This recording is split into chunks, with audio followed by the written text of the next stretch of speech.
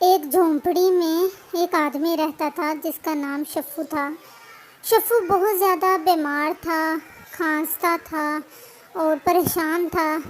اس کی بچیاں اپنے باپ کی یہ حالت دیکھ کر بہت زیادہ پریشان تھیں۔ وہ اپنے باپ کو ٹھیک ہوتا دیکھنا چاہتی تھی۔ باہر بہت زیادہ سردی تھی۔ شفو اپنی بچیوں کو کہتا ہے کہ مجھے لگتا ہے میرا آخری وقت آ گیا ہے، مجھے اب اس دنیا سے جانا ہوگا، تم لوگ اپنا خیال رکھنا۔ یہ بات سن کر اس کی بچیاں رونے لگیں۔ اس کی سب سے بڑی بچی کہنے لگی، بابا آپ ٹھیک ہو جائیں گے، آپ اٹھو اٹھو میرے پیارے بابا، ہماری اماں بھی اس دنیا سے چلی گئی، اب آپ بھی اس دنیا سے چلے جاؤ گے تو ہمارا کیا بنے گا؟ آپ ہمیں چھوڑ کر نہ جانا بابا، اٹھ جاؤ بابا، میں آپ کو کچھ نہیں ہونے دوں گی، میں ابھی ڈاکٹر کے پاس جاؤں گی اور ڈاکٹر سے آپ کے لیے دعا لے کر آؤں گی۔ چھوٹی بچیاں بھی پریشان تھیں۔ وہ اپنی بہن کو کہتی ہیں، آپ جلدی جاؤ اور اب جلدی واپس آنا، ابا کی دوائی بہت ضروری ہے۔ اس کی آپی کہتی ہے، تم لوگ فکر نہیں کرو، میں جلدی ہی واپس آؤں گی۔ چھوٹی بچی بھاگ کر اپنے ابا کے لیے پانی لے کر آتی ہے۔ اس کے ابا پانی پیتے ہیں اور اپنی بچی کی طرف دیکھتے ہیں، پریشان ہوتے ہیں کہ میں اپنی بچیوں کے لیے کچھ نہ کر سکا۔ اس کی بڑی بیٹی جلدی سے جاتی، اپنے ابا کے لیے دوائی لینے کے لیے اس نے جانا ہوتا ہے، اپنی بہنوں کو کہتی ہے ابا کا خیال رکھنا، میں جلدی سے جاتی ہوں اور جلدی سے دوائی لے کر آتی ہوں۔ وہ جلدی سے اپنے خیمے سے نکلتی ہے اور ڈاکٹر کی دکان پہ پہنچ جاتی ہے۔ ڈاکٹر صاحب پلیز میرے ابا کی طبیعت خراب ہے، آپ میرے ابا کے لیے دوائی دے دیں، میرے ابا بہت زیادہ کھانس رہے ہیں، میرے پاس پیسے نہیں ہیں، آپ یہ چاکلیٹ رکھ لیں اور میرے پاس تھوڑے سے سکے ہیں، یہ سکے رکھ لیں، میرے ابا کے لیے مجھے دوائی دے دیں ڈاکٹر صاحب پلیز۔ تو میرے ابا بہت زیادہ بیمار ہیں، پلیز ہماری مدد کریں، ہمارے ابا کو دیکھیں ہمارے ساتھ، اگر آپ نہیں جا سکتے مجھے دوائی ہی دے دیں، میں اپنے ابا کو دوائی کھلا لوں۔ اس پر وہ ڈاکٹر اس کی طرف دیکھتا ہے اور وہ اسے کہتا ہے کہ کیا تمہارے پاس پیسے ہیں میری دوائی کے لیے؟ تم کہاں سے پیسے دو گی؟ شکل سے تو بیکارن لگ رہی ہو، پیسے دو اور دوائی لے جاؤ۔ اس پر وہ بچی کہتی ہے، میں کہاں نا، میرے پاس یہ چاکلیٹ ہے بس اور سکے ہیں، میں آپ کے پیسے لوٹا دوں گی۔ ہاں ہاں، کیا تم میرے پیسے لوٹا دو گی بھیک سے میں بھیک نہیں میں لیتا، چلو جاؤ یہاں سے۔ اس پر وہ لڑکی واپس ہو جاتی ہے۔ وہ بہت مایوس ہوتی ہے اور رو رہی ہوتی ہے، روتے روتے اس کے کلینک سے نکلتی ہے اور اپنے خیمے کے باہر پہنچ جاتی ہے۔ کیا دیکھتی ہے کہ اس کے خیمے کے باہر بہت سارے لوگ اکٹھے ہیں اور بہت ہی ہجوم ہے اور رونے کی آوازیں آ رہی ہے۔ اس پر وہ بھاگتی ہوئی تیزی سے اپنے خیمے کی طرف جاتی ہے اور بہت پریشان ہو جاتی ہے۔ جیسے ہی وہ خیمے میں جاتی ہے دیکھتی ہے کہ اس کے ابا مر چکے ہیں اور اس کی بہنیں رو رہی ہیں۔ اس کی بہنیں رو رو کر کہتی ہیں، تم دعا نہیں لائی آپی، ہمارے ابا مر گئے ہیں، تم دعا نہیں لائی، ابا اب نہیں اٹھیں گے، اب کبھی نہیں اٹھیں گے، اب ہم لوگ کیسے رہیں گے ابا کے بغیر؟ تم نے صحیح نہیں کیا آپی ہمارے ساتھ، تم دعا لینے گئی تھی، تم جلدی سے دعا لے کر آتی، اب ہم کیا کریں گے؟ تو اس پر اس کی دوسری بہن کہتی، تم کیا کہہ رہی ہو آپی کو؟ آپی خود بہت پریشان ہے، تم اسے پریشان کر رہی ہو، تمہیں چاہیے کہ آپی کو پریشانی ہونے سے بچاؤ، ان کو تسلی دو اور تم ان کو ہی پریشان کر رہی ہو، کیسی بہن ہو تم؟ چلو اب چپ کرو۔ اس پر وہ رونے لگ جاتی ہے۔ ان کی چھوٹی بہن تو معصوم سی بچی ہوتی ہے، وہ بھی بہت زیادہ روتی ہے اور کہتی ہے آپی ابا مر گئے ہیں۔ اس کی آپی روتے ہوئے اپنی بہنوں کی طرف جاتی ہیں اور اپنی بہنوں کو کہتی ہے کہ میں نے بڑی کوشش کی لیکن میں دعا نہ لا سکی۔ ان سب بہنوں کو اپنے گلے لگاتی ہے اور وہ سب رونے لگ جاتی ہیں، بہت ہی پریشان ہوتی ہیں۔ اسی طرح وہ گزارا کر رہی ہوتی ہیں کہ ایک دن سڑک بنانے والے ان کا خیمہ اکھاڑ دیتے ہیں کیونکہ انہوں نے وہاں پر پارک بنانا ہوتا ہے، تو اس کا ان لوگوں کو وہ وہاں سے نکل آتی ہیں اور اپنا سہارا ڈھونڈ رہی ہوتی ہیں کہ ہم کس جگہ پہ رہیں، وہ بڑی اداس پریشان ہوتی ہیں۔ وہ اپنی بہنوں کو تسلی دیتی ہے کہ ہم جگہ ڈھونڈ لیں گے۔ پھر ایک درخت کے نیچے ان کو جگہ دکھائی دیتی ہے، وہ اس درخت کے نیچے خیمہ لگانے کا سوچتی ہیں، پھر وہ وہیں پہ رہنے لگ جاتی ہیں۔ چھوٹی بچی کو بھوک بھی بہت زیادہ لگی ہوتی ہے، اس کی آپی کہتی ہے تم فکر نہیں کرو، میں انتظام کرتی ہوں تمہارے کھانے کا، تم اداس نہیں ہو، میں آپ لوگوں کے ساتھ ہوں، میں آپ لوگوں کا خیال رکھتی رہوں گی۔ وہ اسی طرح بس زندگی گزارتی ہیں اور وقت جو ہے وہ گزرتا جاتا ہے، ایک دن کے بعد دوسرا دن، دوسرے دن کے بعد تیسرا دن، اسی طرح وہ غریبی میں وقت گزار رہی ہوتی ہے اور سارا شہر اپنی مستیوں میں مصروف ہوتا ہے۔ ایک دن وہ بھیک مانگنے کے لیے نکلتی ہے تو رستے میں بہت سارے لوگوں سے وہ بھیک مانگ رہی ہوتی ہے، پیسے اکٹھے کر رہی ہوتی ہے۔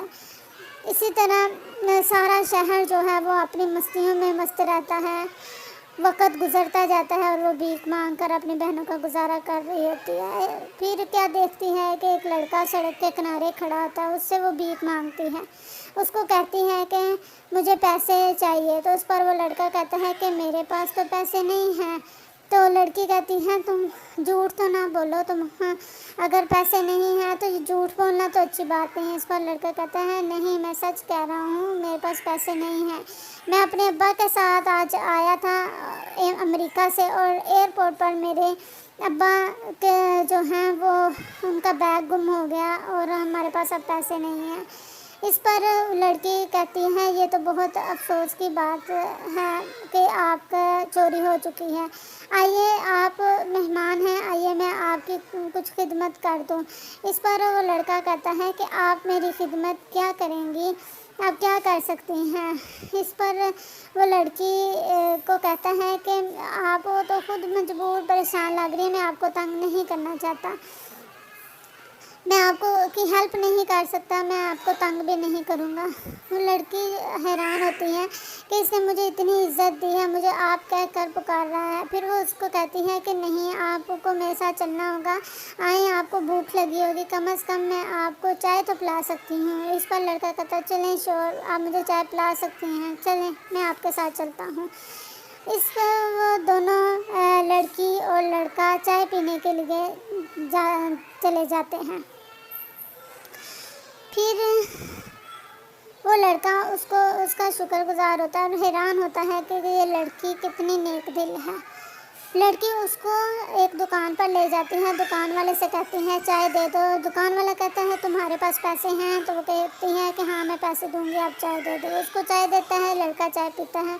اس کو چائے پینے کے بعد لڑکی سے کہتا ہے کہ زندگی میں کبھی موقع ملا تو میں تمہاری ضرور مدد کروں گا، تم مجھے ضرور ملنا، ہماری چاکلیٹ کی فیکٹری ہے وہاں پر میں تمہاری مدد کروں گا۔ اس پر اس کو پاکٹ سے ایک چاکلیٹ بھی نکال کر دیتا ہے اور کہتا ہے کہ چاکلیٹ بہت مزے کی ہے، ڈیری ملک سلک اس کا نام ہے، یہ بہت ٹیسٹی چاکلیٹ ہے، تم اس کو کھانا اور انجوائے کرنا، اور میں ہماری فیکٹری میں ضرور چکر لگانا۔ اس پر لڑکی کہتی ہے آپ کا بہت شکریہ، میں ضرور آؤں گی۔ لڑکا رکشے پر بیٹھ کر چلا جاتا ہے، اس رکشے کا کرایہ بھی وہی لڑکی دیتی ہے، اور پھر لڑکی اپنے گھر کی طرف چلی جاتی ہے۔ وہ چاکلیٹ لے جا کر اپنی بہن کو دے دیتی ہے۔ اس کی چھوٹی بہن بہت خوش ہو کر ڈیری ملک سلک چاکلیٹ کھاتی ہے، اسے بہت پسند آتی ہے۔ اسی طرح وقت گزرتا جاتا ہے اور وہ بھیک مانگ مانگ کر اپنی بہنوں کا پالن پوشن کرتی ہے۔ پھر رات کو ایک دن وہ سوئی ہوتی ہے کہ اس کی چھوٹی بہن اس کو اٹھاتی ہے اور بتاتی ہے کہ مجھے پیٹ میں بہت درد ہو رہا ہے۔ رات بہت زیادہ ہو چکی ہوتی ہے تو وہ اپنی بہن کو سلانے کی کوشش کرتی ہے اور وہ اپنی بہن کو سلاتی ہیں اور پھر ساتھ ساتھ سوچتی ہیں کہ میری بہن کا پیٹ درد ہو رہا ہے، میں نے اس کے لیے دعا لینی تھی اور میں اس کے لیے دعا نہیں خرید سکی، یہ وقت کب کیسے گزرے گا، میں اپنی بہنوں کی مدد کیسے کروں گی، اللہ میری مدد کر کے میں اپنی بہنوں کی مدد کر سکوں۔ وہ اس پر سو جاتی ہے اور خواب دیکھتی ہے۔ خواب میں وہ دیکھتی ہے کہ ایک جو ہے وہ چاکلیٹ ہے جو اس کے ہاتھ میں ہے اور روشنی نظر آتی ہے اسے، اور روشنی کے بعد اس کو اپنا ابا نظر آتا ہے. اس کے ابا اپنی بچیوں سے ملتے ہیں اور ان کو کہتے ہیں کہ بچوں پریشان نہیں ہو، اللہ جلد وقت بدل دے گا. تم لوگوں نے بڑی ہمت سے کام لیا ہے، آگے بھی ہمت کرتی رہنا، محنت کرو، ہمت کرو، اللہ ضرور مدد کرے گا. تمہیں اس لڑکے نے کہا تھا نا کہ تم میرے پاس آنا، میں تمہاری مدد کروں گا، تو بیٹا اس کے پاس جاؤ اور اس کی فیکٹری میں کام کرو، محنت کرو، اللہ تمہاری بہت مدد کرے گا. تم میری بہت ہی ہونہار اور ہوشیار بچیاں ہو، تم ضرور کچھ نہ کچھ کرو گی، کامیاب ہوگی، میں آپ لوگوں کے ساتھ ہوں ہمیشہ. تم لوگ جاؤ اور وہ چاکلیٹ والی فیکٹری میں جا کر ان سے مدد لو اور محنت کرو. اللہ تعالیٰ محنت کا پھل ضرور دیتے ہیں، تم لوگ ایک دن ضرور کامیاب ہوگے. وہ لڑکیاں حیرانگی سے اپنے باپ کی طرف دیکھ رہی ہوتی ہیں. یہ ساری بات کو وہ جو بڑی بیٹی ہوتی ہے وہ سن رہی ہوتی ہے. اس کا باپ ان کو کہتا ہے میرے جانے کا وقت آ گیا ہے، تم لوگ اپنا خیال رکھنا اور خوب ساری محنت کرنا. پھر صبح ہوتی ہے. صبح ہر طرف گہما گہمی ہوتی ہے. لڑکیاں اپنی اٹھتی ہیں اور وہ سارا لڑکی اس فیکٹری میں لے جاتی ہے اور سوچتی ہیں اس لڑکے نے مجھے چاکلیٹ دیتے وقت جو پتہ بتایا تھا وہ یہی جگہ کا تھا، یہاں پہ ہی ڈیری ملک سلک چاکلیٹ بنتی ہے، میں ضرور اس فیکٹری میں ہی کام کروں گی، یہی جگہ ہوگی اس کا. وہ پھر اس فیکٹری کے اندر جاتی ہیں اور پھر خوب ساری اس فیکٹری میں محنت کرتی رہتی ہیں تاکہ اپنی بہنوں کو پڑھا سکے. اس طرح وہ اس فیکٹری میں کام کرتی ہیں، اپنی بہنوں کو بھی ساتھ لگا لیتی ہیں. پہلے وہ گھر میں ہی بچیوں کو قاعدے وغیرہ لے کر دیتی ہیں، پڑھنا شروع کرتی ہیں. روز وہ فیکٹری میں آتی ہیں اور مل کر محنت کرتی ہیں. پہلے تو اس کی بہن نے منع کیا تھا لیکن ان کی چھوٹی بہنوں نے کہا کہ ہم بھی آپ کے ساتھ محنت کریں گے تاکہ آپ کی مدد کر سکے. اس طرح وہ مل جل کر بہت زیادہ محنت کرتی ہیں، چاکلیٹس بناتی ہیں، چاکلیٹ جو ہے سپلائی بھی کرتی ہیں، ڈیری ملک سلک چاکلیٹ شاپس پر جا کر وہ سپلائی بھی کرتی ہیں. اس طرح وقت گزرتا جاتا ہے کہ ان کے پاس اتنی انکم ہو جاتی ہے کہ وہ اسکول میں داخلہ لے لیتی ہیں. اسکول میں وہ خود بھی وہ پڑھتی ہیں اور اپنی جو اس کی چھوٹی بہنیں ہوتی ہیں ان کو بھی وہ پڑھاتی ہے. اور پھر اس طرح مزید وقت گزرتا، ایک دن کے بعد دوسرا دن، دوسرے کے بعد تیسرا، وقت گزرتا جاتا ہے. ساری دنیا اپنی مستیوں میں مگن ہوتی ہے اور وہ بچیاں اپنی محنت اور پڑھائی اور لگن میں مصروف ہوتی ہیں. پھر ایک دن ان کو وہ بڑی ہو جاتی ہیں اور پھر وہ اپنے لیے گھر بھی خرید لیتی ہیں پیارا سا، اور اس گھر میں وہ رہتی ہوتی ہیں. پھر وہ جب بڑی ہو جاتی ہیں اس کی بہن اپنی ساری بہنوں کی شادیاں بھی کر دیتی ہیں اور سب سے جو چھوٹی بہن ہوتی ہے اس کو اس نے باہر بھیجنا ہوتا ہے. ایک دن رات کو اس کے ساتھ لیٹی اس کو دیکھ رہی ہوتی ہے. اس کی بہن اسے کہتی ہے آپ ہی اب سو جاؤ، صبح مجھے فلیٹ پہ جانا ہے، آپ مجھے دیکھتی رہو گی تو مجھے پریشانی ہوگی اور مجھے نیند نہیں آئے گی. آپ پریشان نہیں ہو، میں ادھر باہر جا کر دوسرے ممالک میں اپنا بہت سارا خیال رکھوں گی، چلیں شاباش اب سو جائیں. اس کی بڑی بہن سو جاتی ہے اور وہ بھی سو جاتی ہے.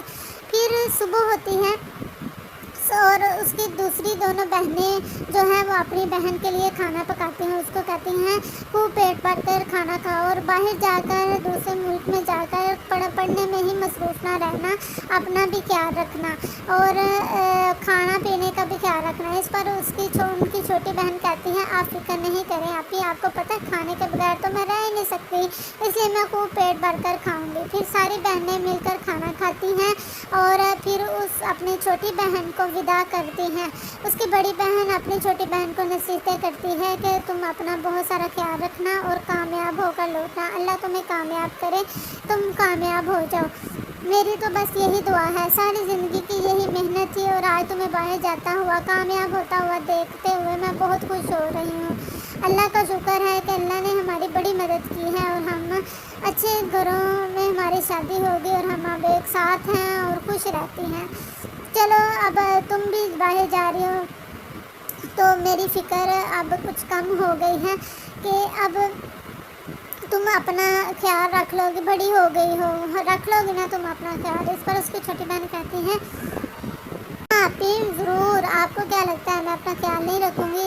اور پھر اس کو الوداع کہتی ہیں اور وہ چلی جاتی ہیں۔ اس کی باقی بہنیں بھی اداس ہوتی ہیں اپنی بہن کے لیے، لیکن اسے دعائیں دے کر رخصت کرتی ہیں اور وہ سوچتی ہیں کہ ہماری بہن کامیاب ہوگی تو ہمیں ہی خوشی ہوگی، کوئی بات نہیں اگر وہ ہم سے دور ہو چکی ہے، اس نے بڑی پڑھائی کی ہے، بڑی محنت کی ہے، وہ کامیاب ہو رہی ہے تو اچھی بات ہے۔ پھر وہ بہنیں بھی اپنے روم میں جا کر سو جاتی ہیں، اور جو دوسرے نمبر والی ہوتی ہے وہ اپنی تیسرے نمبر والی بہن کو کہتی ہے کہ تم بھی سو جاؤ، صبح ہم نے اسٹور پر جانا ہے۔ دو بہنوں نے اسٹور کھولا ہوتا ہے اور چھوٹی بہن اب باہر جا رہی ہوتی ہے۔ اس طرح انہوں نے محنت اور لگن کی اور وہ کامیاب ہو گئی۔ ایک باہر چلی گئی پڑھنے کے لیے، باقی دو بہنیں اسٹور کے لیے صبح اٹھتی ہیں اور روزانہ اسٹور پر جاتی ہیں۔ وہ اپنی بہن کو کہتے ہیں جلدی چلو، آج ہم بہت زیادہ لیٹ ہو چکے ہیں، ہمارے کسٹمر انتظار کر رہے ہوں گے۔ اس پر اس کی بہن کہتی ہے ہاں تم صحیح کہہ رہی ہو، اور جو ہم نے لوگوں کو فری دوائی دینی ہے اس کے لیے بھی تو پیکٹ بنانے ہیں نہ۔ وہ کہہ رہی ہاں ہم اب اپنے ابا کے ساتھ جو ہوا تھا وہ کسی غریب کے ساتھ نہیں ہونے دیں گے، ہم نے سب کے لیے غریبوں کے لیے میڈیسنز فری رکھنی ہیں۔ اس پر وہ دونوں جو ہے اپنے گھر سے نکلتی ہیں جانے کے لیے۔ وہ ایک دوسرے کے ساتھ باتیں کرتی اور یہ پلان بناتی کہ غریبوں کی کیسے مدد کرنی ہے، گھر سے نکلتی ہیں۔ پھر وہ دونوں اسٹور پر پہنچتی ہیں اور اسٹور پر جا کر سارے غریبوں کو لائن بنوا کر ان کو جو دوائی چاہیے ہوتی ہے سب میں وہ تقسیم کرتی ہیں۔ اس طرح بہنیں غریبوں کی مدد کرتی ہیں۔ ان کی کسی نے مدد نہیں کی تھی لیکن وہ سب کی مدد کرتی ہیں اور ہنسی خوشی زندگی گزارتی ہیں۔ جو سب سے بڑی بہن ہوتی ہے وہ گھر پر ہی کھانے پکا کر ٹفن بنا کر لوگوں کے گھروں میں بھیجتی ہے۔ اس طرح ان کی زندگی بڑی ہنسی خوشی گزرتی ہے، ان کو ان کی محنت کا صلہ مل جاتا ہے، وہ اچھی زندگی گزار رہی ہوتی ہیں۔ محنت کا پھل ملتا ہے اور محنت کبھی بھی ضائع نہیں جاتی۔